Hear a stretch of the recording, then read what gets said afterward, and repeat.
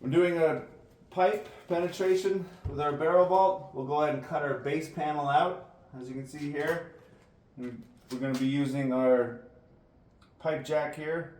And what we're going to do is we're going to cut this out so it fits into the coursing of the panel. You can see I can form this to the barrels as needed.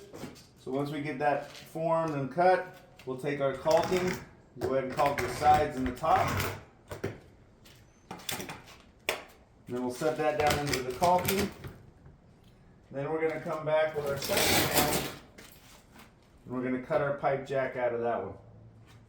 We'll install this over the top,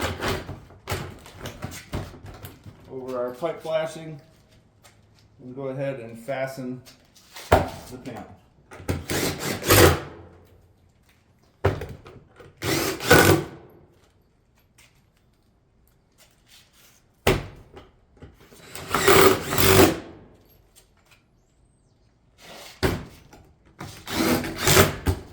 Once we get done fastening that panel, we're going to go ahead and take our caulking and come around that pipe.